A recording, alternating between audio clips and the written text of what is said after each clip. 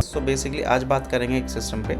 ये basically project हमने design किया हुआ है एक इंजीनियरिंग कंपनी के लिए, जो बेसिकली मशीन्स और प्रोडक्ट बनाती है। सो अगर हम बात करते हैं क्या प्रोडक्ट और क्या मशीन बना रही है, तो सपोज़ आपने कई बार देखा होगा हाई टेंशन वायर जो होते हैं, या हम डॉक केबल्स की बात करते हैं, तो उस डॉक केबल को बनाने के लिए मशीन भी बनाती है और वो डॉक केबल भी बनाती है basically, right.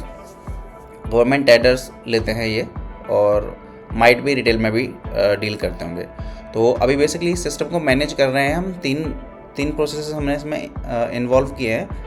First one is DA यानी data analyst, second one is BDM business development manager, and third one is GM यानी growth manager. DA basically data add या रिसीव करता है as a inquiry and system में capture करता है। और similarly अगर मैं बात करता हूँ लॉगिन करके, अगर मैं आपको दिखाता हूँ बाया DA, तो ये अगर मैंने DA के थ्रू लॉगिन किया, so like you will have a such kind of a dashboard.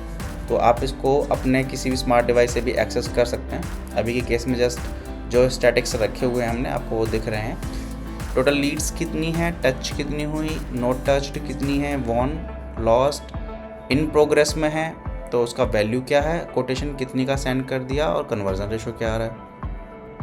वहीं सिमिलरली अगर मैं इस पर क्लिक करूँगा तो कार्ड मेरा ओपन हो जाता है, और मुझे यहाँ पे इस तरह डेटा मुझे दिखेगा कि बेसिकली लीड आईडी क्या है, कब क्रिएट किया गया, लास्ट अपडेटेड उसका क्या है, कौन सी कंपनी का है, कंपनी किस लोकेशन की है, राइट। इस तरह आपको सारा डेटा मिल जाएगा। अगर आप इसको और डीपली देखना चाहते हैं, आप क्लिक करेंगे तो इस तरह आपको एक रिकॉर्ड मिल जाएगा कि भाई जो डेटा है उसमें कौन कौन पर्सन है।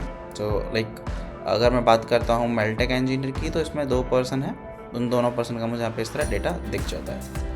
So let's start with the first part कि लाइक अगर टीम काम कर रही है या DA काम कर रहा है तो कैसे काम करेगा।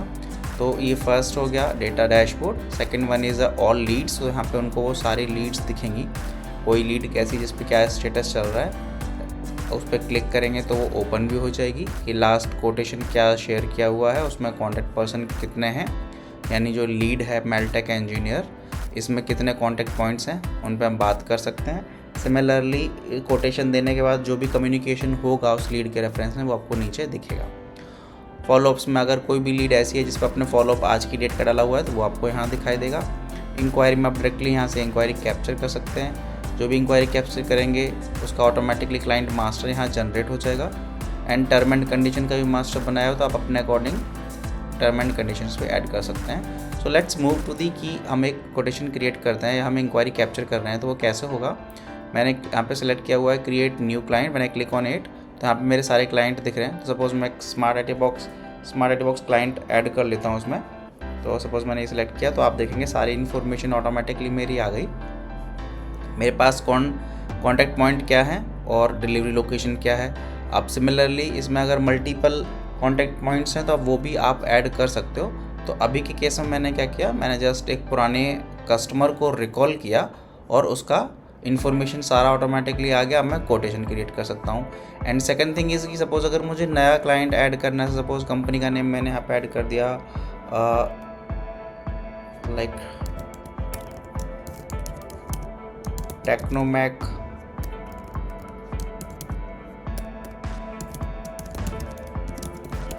सर्विसेज, और हम यहाँ पे एड्रेस ले लेते हैं suppose Noida sector 63A block 110 है ना, और नोएडा।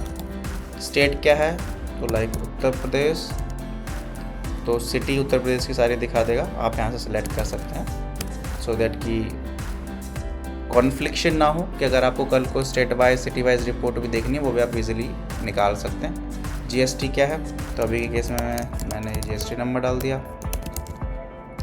किन किन प्रोडक्ट्स में इंटरेस्टेड है तो ये वो प्रोडक्ट हैं जिसमें ये बेसिकली डील करते हैं। तो इसमें से ही मैंने सेलेक्ट कर लिया कि बेसिकली जो क्लाइंट है वो इन प्रोडक्ट्स में इंटरेस्टेड है।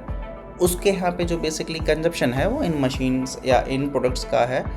तो अकॉर्डिंगली मैंने यहाँ पे एक इंटरेस्टेड आइटम कैप्चर्ड कर लिया। सो इन फ्यूचर अगर मुझे कभी भी देखना है कि कौन सा क्लाइंट ऐसा है जो किस प्रोडक्ट में इंटरेस्ट होता है या उसके यहाँ पे कौन सा प्रोडक्ट का कंजप्शन होता है, that I can easily track out, right.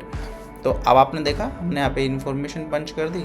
And now अभी मैं यहाँ पे कॉन्टैक्ट पॉइंट ऐड कर देता हूँ। तो पहला कॉन्टैक्ट पॉइंट मैंने डाल दिया, यहाँ पे परचेज सेकंड कॉन्टैक्ट पॉइंट भी ऐड कर लेता हूँ, Rahul Kumar, contact number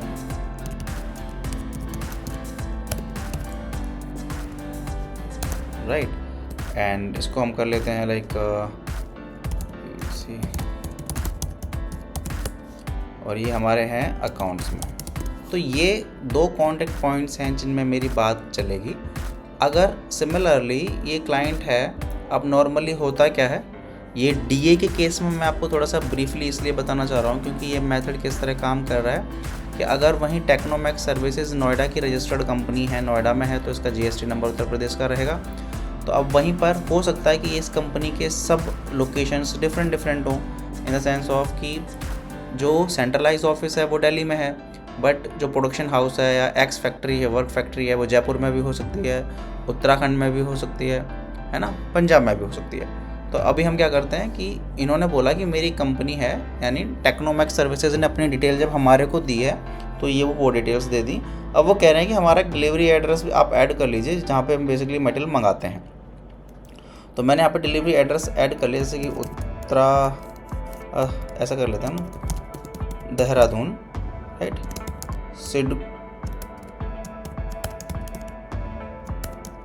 CIDCO state Uttarakhand, Dehradun, GST number में देहरादून की जीएसटी डाल देता हूँ। तो ये मैंने एक डेटा ऐड कर लिया। सिमिलरली ये कहते हैं कि और भी है, तो और में हम यहाँ पे ले लेते हैं जैसे कि जयपुर ले लेते हैं, जयपुर टोंक रोड,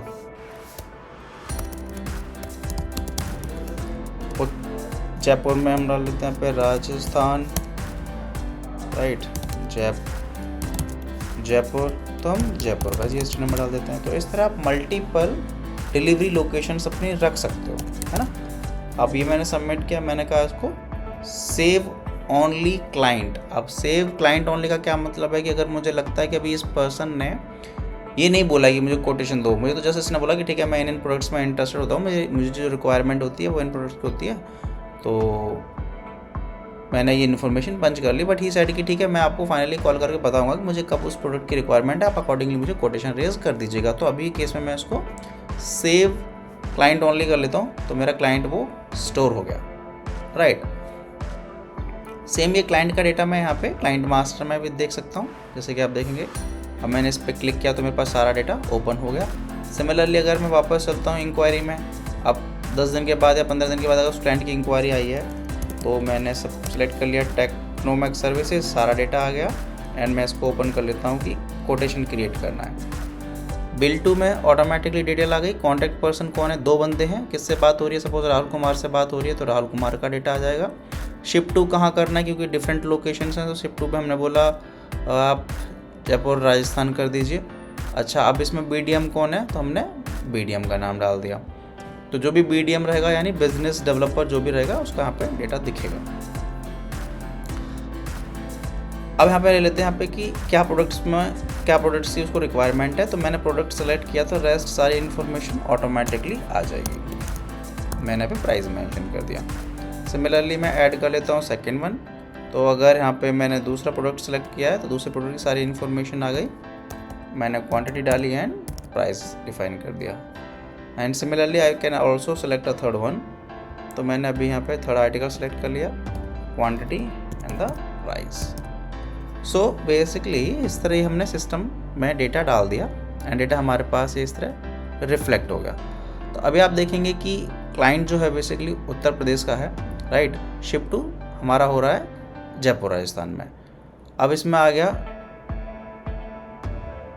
जो कैलकुलेशन होगा जीएसटी की 18%, अगर जीएसटी लग रहा है तो वो आईजीएसटी है, सीजीएसटी है या एसजीएसटी है, वो अकॉर्डिंगली यहाँ पे आपको रिफ्लेक्ट कर देगा।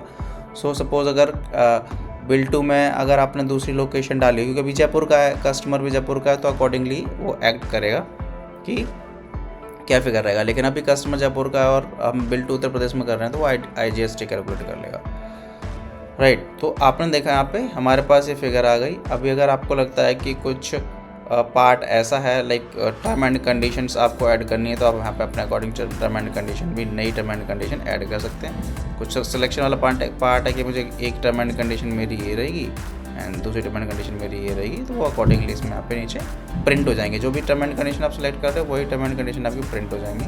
आपको लगता है किसी को रिमूव करना है, यहाँ से डायरेक्टली रिमूव कर सकते हैं।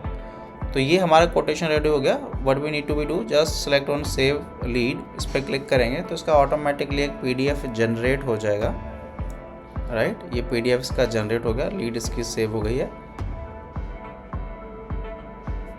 एक क्लीन हो गया। अगर मुझे अब इस क्लाइंट का कोई भी PDF देखना है या फर्दर डिटेल्स देखनी है, मैं ऑल लीड्स में जाऊंगा तो आप देख पाएंगे यहाँ पे मेरे को ये लीड्स आ गई है। मैं इस पर क्लिक करूँगा, मेरे पास दोनों कॉन्टैक्ट पॉइंट आ गए। लास्ट कोटेशन क्या भेजा है वो कोटेशन दिख रहा है। अगर मुझे इस कोटेशन को कभी भी ओपन करके देखना है then I can easily track out कि हाँ भाई क्या आइटम था। तो आप देखेंगे इस तरह यहाँ पे मुझे वो प्रॉपरली कोटेशन दिखेगा, क्या कोटेशन है, लोकेशन क्या है और क्या क्या उसकी वैल्यूशन है, क्या फिगर आ रही है, राइट। सो ये हो गया आपका कोटेशन क्रिएशन सिस्टम। जो भी आपने टर्म एंड कंडीशंस डिफाइन किया अकॉर्डिंगली वो कोटेशन उसने क्रिएट कर दिया। Now let's move to the further कि अगर मुझे अब इससे बात करनी है तो बात हम कैसे करेंगे। तो मैंने जस्ट इस पर क्लिक किया एक्शन पे एंड मैंने अब इनको कॉल किया, या मैंने अभी जो बेसिकली क्लाइंट ने करवाया हुआ है वो कैसे काम करता है। कोटेशन बनने के बाद वो डाउनलोड करके ना मेल करते हैं, क्योंकि ये उनका एक सेपरेट कॉन्सेप्ट चलता है, क्योंकि गवर्नमेंट का जो मेल आता है टेंडर का उस पर वो रिप्लाई करते हैं, लाइक वो उनकी एक अलग प्रैक्टिस है। अब अदरवाइज़ हम इसको ऑटोमेट भी कर सकते हैं by the help of email और व्हाट्सएप, तो ऑटोमेटिकली क्लाइंट को ईमेल और व्हाट्सएप चला जाएगा। तो अभी के लिए हम क्या कहते हैं कि हमने यानी जो DA था DNA सिस्टम पे आया और उसने देखा कि भाई मैंने कोटेशन बना दिया, मैं कोटेशन को उनको भेज दे रहा हूँ। मैं इनसे बात करता हूँ कि सर मैंने आपको कोटेशन भेज दिया, आप मुझे बता दीजिए सर क्या करना आगे। तो उसने बोला कि ठीक है मैं आपको 2 दिन में बताता हूँ। Client said just give me 2 days। तो अब मैंने यहाँ पे वो डेट डाल के और छोड़ दिया, सपोज 11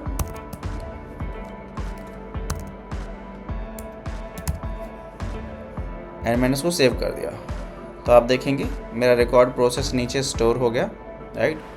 तो मैं यहाँ पे देख पा रहा हूँ कि मैंने ये लीड कब कैप्चर की, क्या कोटेशन था, राइट। और PDF में यहाँ से एक्सेस कर पाऊँगा प्रॉपरली। साथ के साथ यहाँ पे आएगा कि उस लीड पे मैंने कब क्या बात की है। सिमिलरली मैंने 2 दिन के बाद फिर से स्टेटस अपडेट किया, लाइक इन प्रोसेस। 2 दिन के बाद जब मैंने कॉल किया क्लाइंट बोला कि सपोज़ शाम को बात करता हूँ।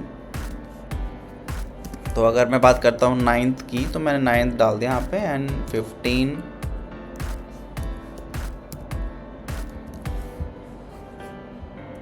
और मैंने यहाँ पर टाइमिंग सेलेक्ट कर ली 5 बजे की PM, ठीक है। और इसको मैंने सेव कर दिया। तो मेरा ये दूसरा लीड सेक्टर भी अपडेट हो गया। अब इसमें मैं देख पाऊँगा मेरी किस दिन क्या रिकॉर्ड मेरा हुआ है। अब सिमिलरली अगर आप देखेंगे आज की डेट की कोई इन्होंने नेक्स्ट फॉलोअप 9th मई का डाला हुआ है, तो अगर आज 9th मई है तो फॉलोअप डेट्स में जाएंगे तो वो लीड आपको दिखने लगेगी, आज आपको इन पे बात करनी है। आप इसको क्लिक करेंगे या एक्शन पे क्लिक करेंगे तो आप रीडायरेक्ट हो जाएंगे, वो सारे स्टेटस आपको दिखा देगा क्या क्या काम चल रहा है। आप सिमिलरली समझिए कि अगर आपने इस लीड पे बात की, अब वो कहता है, क्लाइंट कहता है कि सपोज़ आप एक काम करो, जो आपने कोटेशन मुझे दिया इसको अपडेट कर दो। Update in the sense of कि तो मैंने क्या किया, कोटेशन को एडिट किया और उसने कहा कि काम करो जी, आप जो आपने क्वांटिटी 5 की है इसको तो 4 कर दो और इसका प्राइस थोड़ा कम कर दो, सपोज 60 कर दो आप इसको, राइट। तो मैंने ये 60 कर दिया एंड मेरा प्राइस अपडेट हो गया, है ना। अब मैं जस्ट उसको यहाँ पे सेव कर दूंगा, सेव कोटेशन पे क्लिक करूँगा, मेरा कोटेशन अपडेट हो जाएगा। ये मेरा कोटेशन अपडेट हो गया। ओह सॉरी, मल्टीपल क्लिक्स हो गए तो मल्टीपल टाइम्स जो भी अपडेट्स हो गए वो दिख जाएंगे।